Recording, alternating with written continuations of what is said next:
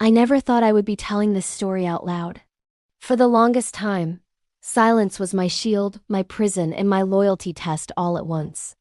People see crowns and palaces and think of fairy tales, but they never imagine the quiet sacrifices, the suffocating expectations, or the way love can be twisted into a duty that slowly drains the life out of you. If you're new here, please take a moment to subscribe, because stories like this don't get told easily, and every subscription helps keep this space alive. This isn't just my story. It's the story of what happens when identity is swallowed by legacy. I was born into a family whose name opens doors before we even knock. From the moment I could walk, I was reminded that I didn't just represent myself, I represented generations.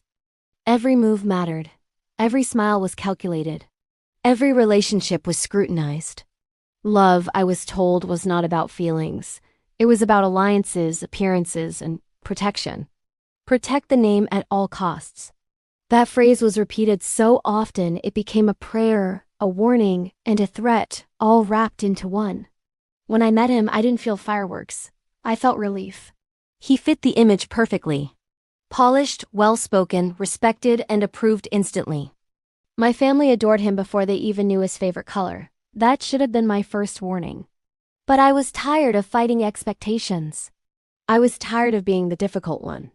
So, when they said this was the right choice, I convinced myself that right must eventually feel like love. At first, everything looked perfect from the outside. Elegant dinners, formal smiles, carefully staged happiness. But behind closed doors, the air felt heavy. Conversations turned cold. Affection felt forced. He had a way of reminding me that I was lucky to be chosen, lucky to be tolerated, lucky to belong. Every disagreement somehow became my fault. Every tear was labeled weakness. I started shrinking quietly, so no one would notice the cracks forming. Please pause for a second and subscribe if this story already resonates with you. You never know who needs to hear this tonight. The toxicity didn't explode all at once. It crept in slowly. Small comments disguised as jokes. Control framed as concern.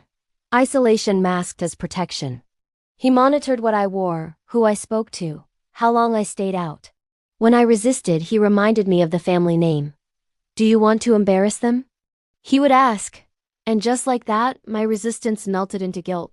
I learned how to smile through pain. I learned how to cry silently. I learned how to perform happiness so convincingly that even I forgot what real joy felt like. The palace walls were thick, but they couldn't block the loneliness. At night, I would stare at the ceiling, wondering how something that looked so powerful could feel so powerless from the inside. Leaving was never simple. Walking away didn't just mean ending a relationship, it meant risking scandal, disappointment, and exile. I wasn't just breaking my own heart. I was threatening the family narrative. So I stayed. I stayed when my voice trembled. I stayed when my reflection felt unfamiliar. I stayed because walking away felt like betrayal. There were moments I almost told the truth. Moments when I opened my mouth and felt the weight of honesty rising in my chest. But fear always won. Fear of being labeled ungrateful. Fear of being blamed. Fear of confirming the whispers that royals are fragile, dramatic, unfit for real love. So I swallowed my truth and called it strength. If you're still watching, thank you. Please subscribe and stay with me, because the hardest part of this story hasn't even begun. One night changed everything. It wasn't dramatic. No shouting, no shattered glass. Just a quiet moment when he looked at me, not with anger, not with love, but with complete indifference. That was when I realized I had become invisible. Not just to him, but to myself. I was living for appearances, not existence. I was surviving, not living. I began keeping a journal, hidden carefully. It became my only safe place. Every page held the words I couldn't speak. Every sentence reminded me that I still existed beneath the title, beneath the obligation, beneath the silence. Writing became rebellion. Hope became dangerous. The more I wrote, the clearer my thoughts became. I started seeing the manipulation for what it was. I started recognizing how often my needs were dismissed, how often my pain was minimized. But clarity came with fear. Because once you see the truth, you can't unsee it. I started planning not escape, but possibility. What would life look like without constant fear? without walking on emotional glass, without pretending. But every imagined future ended with the same question. What will happen to my family's name? Then came the letter. A single envelope placed carefully where I would find it. No return address. Inside were words that froze my blood. Someone knew. Someone had seen behind the curtain. Someone was watching. And whoever it was, they were ready to expose everything. That night, sleep abandoned me. My mind raced through consequences, headlines, whispers, shame. Would they believe me? Or would they protect the image and sacrifice me instead? I realized then that I was standing at a crossroads I could no longer avoid. If this story is touching something deep inside you, please subscribe. Stories like this need witnesses. The next morning, I confronted him not with anger, but with questions. His reaction wasn't denial. It was calm. Too calm.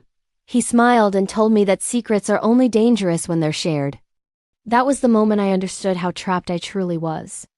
I began to notice things I had ignored before. The locked drawers. The hushed phone calls. The sudden disappearances. I started wondering whether the relationship was toxic by accident or by design. And the more I questioned, the more dangerous silence felt. Days later, I was summoned by my family. They sat me down. Faces unreadable, voices measured. They told me rumors were circulating. That discretion was needed. That sacrifice might be required. They didn't ask if I was okay. They asked if I was loyal. That meeting broke something in me. For the first time, I considered the unthinkable, not protecting the name, but protecting myself. I packed a bag. Just essentials. Just in case. I didn't know where I would go or who I could trust. But I knew I couldn't stay frozen anymore. Every step I took felt like treason and freedom all at once. Then the message came, 3 words. We need proof. My heart stopped. Proof of what? His abuse? The manipulation? The secrets? Or proof of my silence? I stood there, phone shaking in my hand, realizing that whatever choice I made next would change everything. Not just my life, but the legacy written long before I was born. And that's where I'm going to stop for now. Because the next part of this story involves a decision I haven't shared with anyone yet. A decision that could either shatter a royal name, or finally set me free. If you don't want to miss what happens next, subscribe now, turn on notifications, and stay with me. Because the truth is coming.